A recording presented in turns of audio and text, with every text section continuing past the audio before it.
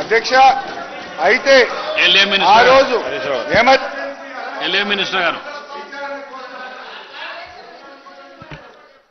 Sir ఇప్పుడు గౌరవ శాసనసభ్యులు హరీష్ రావు గారు వారు కోర్టులో వాద్యం వేశారు అధ్యక్ష.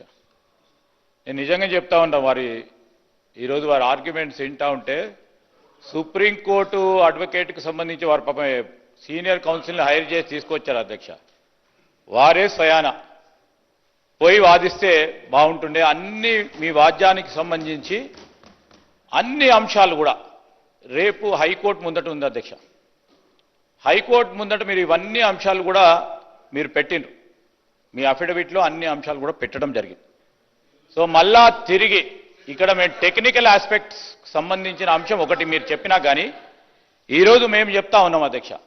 మీరు చెప్తా ఉన్నారు ఫెయిర్నెస్ ఆఫ్ ఎంక్వైరీ. సార్ మేము ఈరోజు కమిషన్ ఆఫ్ ఎంక్వైరీ యాక్ట్ కింద 1952 సంవత్సరానికి సంబంధించి ఎక్కడ ప్రొసీజరల్ ల్యాప్సెస్, ఈ కాళేశ్వరం ప్రాజెక్టుకు సంబంధించి technical lapses, execution lapses, maintenance ల్యాప్సెస్కు సంబంధించి గౌరవ మంత్రి గారు చెప్పారు. నేనేం చెప్తా ఉన్నానంటే అఫిడవిట్కు సంబంధించి ఈ అంశాలన్నీ కోర్టు రేపు పొద్దున తెలుస్తుంది అధ్యక్ష. ఇవాళ రేపు తెలుస్తుంది. మీకేం రిలీఫ్ రాలేదు. ఆ రిలీఫ్కు సంబంధించి మీరు వెయిట్ చేస్తూ ఉన్నారు. ఆ రిలీఫ్ మీరు ఇచ్చేది లేదు, ఇక్కడ మేము ఇచ్చేది లేదు. మీరు టెక్నికల్ అంశాల విషయంలో మీరు రిలీఫ్ కోరుతా ఉన్నారు, మీకున్న హక్కు ద్వారా, మీకున్న లీగల్ రైట్ ద్వారా కోరుతా ఉన్నారు. ఆ అంశాలను దృష్టిలో పెట్టుకొని ఈరోజు మేము అడిగేది ఏంటంటే అవన్నీ కూడా ఈరోజు కోర్టు ముందట ఉన్నాయి. మీరు అడిగిన టెక్నికల్ అంశాల విషయంలో 8B కానీ 8Cకి సంబంధించిన అంశాలు అవి రేపొద్దున హైకోర్టు తెలుస్తుంది అధ్యక్ష. Then we will proceed. We have to proceed according to the law. మేమేం అడుగుతా ఉన్నాం అధ్యక్ష, ఇప్పుడే ఇరిగేషన్ మంత్రి గారు అన్ని విషయాలు స్పష్టంగా చెప్పడం జరిగింది. ఎందుకు ఏ విధంగా కమిషన్కు సంబంధించి ల్యాప్సెస్ ఏ విధంగా మీకు వారు చూపెట్టడం జరిగింది. స్పష్టంగా ప్రతి క్లాస్ పై క్లాస్ వారు చెప్పడం జరిగింది. ఎగ్జాక్ట్గా ప్రిసైజ్గా ఒక ½ an hourలో పూర్తి స్థాయిలో తెలియజేయడం జరిగింది. గౌరవ సభ్యుల్ని కోరుతా ఉన్నాను అధ్యక్ష, let's not go to the technicalities of what. మీరు టెక్నికాలిటీస్ విషయంలో మీరు వాద్యం వేసే దానిపైన ఉంది. మేము కూడా చెప్తా ఉన్నాం అధ్యక్ష. ఈరోజు ఇక్కడికి సంబంధించి మరి వారు ప్రతి సందర్భంలో కమిషన్నే కాంగ్రెస్ పార్టీ కమిషన్ అంటూ అన్నారు. మీరు ఈ రోజుకు సంబంధించి మీ సీనియర్ కౌన్సిల్గా ఉన్న హరిన్ రావుల్ గారు మీరు హైర్ చేస్తూ ఉంటారు.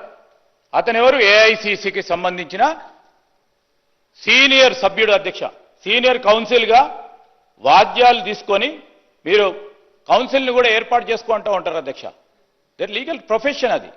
అండ్ హయ్యెస్ట్ రెస్పెక్టబుల్ పోస్ట్ను హోల్డ్ చేసి ఫస్ట్ లోక్పాల్గా గుర్తింపు పొందిన ఆయన ఫైండింగ్స్ని మీరు తప్పుపడితే పట్టొచ్చు, కానీ ఇష్టారాజ్యంగా అడ్డగోలుగా పార్టీ పరంగా మాట్లాడటం సరికాదు. ఇది ఖచ్చితంగా చెప్తా ఉన్నాం. ఆయన నిష్పక్షపాతంగా ఈరోజు వారి ఫైండింగ్స్ ఇవ్వటం జరిగింది. మా బాధ్యతలో భాగంగానే ఈరోజు మేము సభలో పెట్టడం జరిగింది. దానిపైన మీకు ఏమైనా అభ్యంతరాలు ఉంటే ఆ విధంగా కార్యక్రమం చేయండి. కానీ వారు లేచి పార్టీ పరంగా మాట్లాడతామంటే ఆ రోజు ఇందిరాగాంధీకి సంబంధించి ఆ రోజున్న కక్షపూరిత, మేము ఇప్పుడు ఇంతకుముందు చెప్పారు, కక్షపూరితంగా చేస్తే రెండో రోజే ప్రభుత్వం వచ్చిన రెండో రోజే రాజకీయ కక్ష మొదలైతా ఉండే. రాజకీయ కక్ష కాకుండా ప్రజాస్వామికంగా ముందుకు పోవాలని, పారదర్శకంగా ఉండాలనే ఉద్దేశంతోనే మేము ఒకసారి విజిలెన్స్ కమిషన్ దాంట్లో పాటు ఈరోజు మరి ఎంక్వైరీకి సంబంధించిన కమిషన్ ఆఫ్ ఎంక్వైరీ యాక్ట్ ప్రకారం ఎంక్వైరీ వేయటం జరిగింది అధ్యక్ష. ఎవ్వరి పరంగా రాజకీయంగా మేము పూర్తి స్థాయిలో కక్ష సాధించాలనే ఉద్దేశంలో లేము. కానీ వాస్తవాలు తెలిపే ప్రయత్నంలో ఇంతకుముందే ఉత్తమ్ కుమార్ రెడ్డి గారు చెప్పారు, వాస్తవాలు ప్రజలకు తెలిసే కార్యచరణ తీసుకుంటాం అధ్యక్ష. దయచేసి దాన్ని రిస్ట్రిక్ట్ చేసి ఇది కాదు అని చెప్పండి. కానీ ఎప్పుడో షా కమిషన్కు సంబంధించి లేకుంటే ఇతర కమిషన్లకు సంబంధించిన అంశం కాదు. ఆ రోజు రాజకీయ కక్షతోని ఆనాటి ప్రభుత్వాలు చేస్తే ఈ రోజు మేము ఆ విధంగా చేపట్టలేదు. చేపడితే 2 సంవత్సరాలు ఎందుకు అధ్యక్ష? ఎందుకంత 2 సంవత్సరాలు?